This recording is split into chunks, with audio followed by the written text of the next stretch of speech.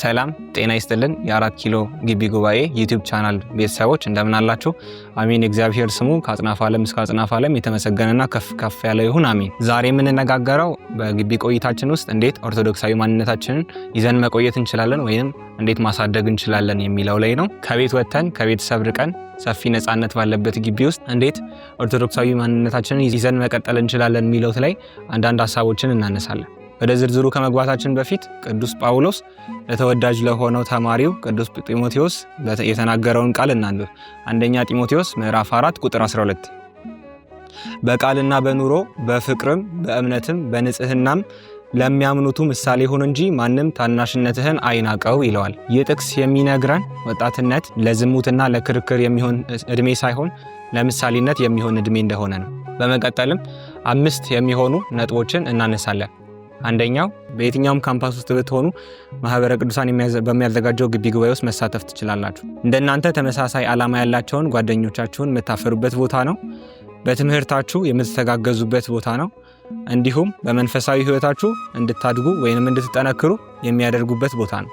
ብቻችንን ከመቆም ሁላችንም በአንድ ላይ መቆም ይሻለናልና ብርሃን ለቤተ ክርስቲያን የተባለ ሐዋርያው ቅዱስ ጳውሎስ እንዲህ ብሎ እንደተናገረ በሮሜ መልእክቱ ምዕራፍ 12 ቁጥር 5 ላይ እንዲሁ እኛ ብዙዎች ስንሆን በክርስቶስ አንድ አካል ነን፣ እርስ በርሳችንም እያንዳንዳችን የሌላው ብልቶች ነን ብሎ እንደተናገረ፣ ይህም በህብረት መጽናትን በህብረት መቆምን ያሳየናል።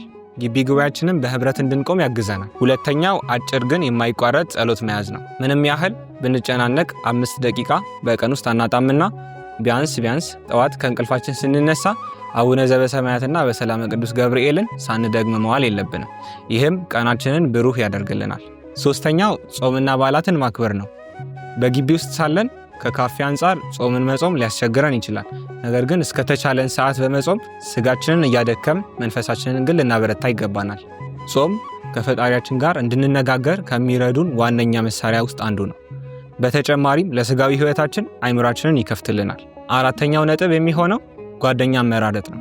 ይህ በጣም ወሳኙ ነጥብ ነው። ልበ አምላክ ቅዱስ ዳዊት እንዲህ ብሎ እንደተናገረ ምስለ ጠዋይ ትጠዊ ወምስለ ህሩይ ትከውን መዝሙር 18 ቁጥር 26 ከንጹህ ሰው ጋር ንጹህ ሆነ ትገኛለህ፣ ከጠማማም ጋር ጠማማ ሆነ ትገኛለህ። ይህ የሚያሳየን የምንመርጠው ጓደኛ ምን ያህል ተጽዕኖ እንዳለው ነው። እኛም ጓደኛ በምንመርጥበት ሰዓት የቤተ ክርስቲያን አቋሙን አይተን የትምህርት ፍላጎቱን ተረድተን መሆን ይኖርበታል። በአምስተኛነት የምናየው በግቢ ጉባኤ ውስጥ በሚዘጋጁ መርሃ ግብራት ላይ መሳተፍን ነው። በዩኒቨርሲቲ ውስጥ የግቢ ጉባኤ አባል ነኝ ብሎ መናገር ብቻ በቂ ላይሆን ይችላል።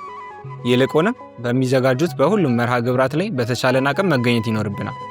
ፈተና ቢበዛ ወይንም አሳይመንቶች ቢደራረቡ ወደ ኋላ ልንል አይገባንም። ሰዓታችንን እያስተካከል ወይንም ስኬጁል አሬንጅ እያደረግን በተባለው ሰዓት እየተገኘን ልንታደም ይገባናል።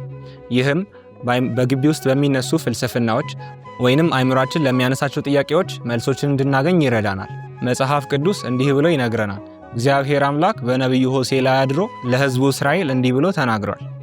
ሕዝቤ ዕውቀት ከማጣቱ የተነሳ ጠፍቷል። ሆሴዕ 4 ቁጥር 6። ከዚህ የምንረዳው ሰው ዕውቀት ከማጣቱ የተነሳ እግዚአብሔር አምላክ ራሱ እንደሚያዝንበት ነው። እግዚአብሔር አምላካችን እንዳናሳዝነው በግቢ ጉባኤ አማካኝነት በሚዘጋጁልን መርሃ ግብራቶች ውስጥ በመሳተፍ በቂ የሆነ ዕውቀትን ልንሸምት ይገባናል። ለምሳሌ በማህበራችን በማህበረ ቅዱሳን ዩቲዩብ ቻናል ላይ የሚለቀቁ ትምህርቶችን መከታተል፣ በሌሎችም ትምህርት ማሰራጫ ቻናሎች የሚለቀቁ ትምህርቶችን ማዳመጥ፣ የጸሎትና የመዝሙር አፕሊኬሽኖች ወይንም መተግበሪያዎችን ከፕሌይ ስቶር ላይ በማውረድ መጠቀምም እንችላለን።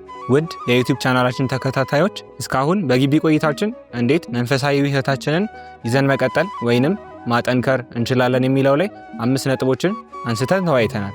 ያነሳናቸውን 5 ነጥቦች በተጨማሪም መልካም የሆኑ ክርስቲያናዊ ስነ ምግባራትን እየፈጸም የግቢ ትምህርታችንን አጠናቀን ስንወጣ በዲግሪ ብቻ ሳይሆን ለመንፈሳዊ ህይወታችን ስንቅ የሚሆኑ ነገሮችን ይዘን እንድንወጣ ፈጣሪ አምላካችን ፈቃድና እርዳታው ከኛ አይለየን። አሜን።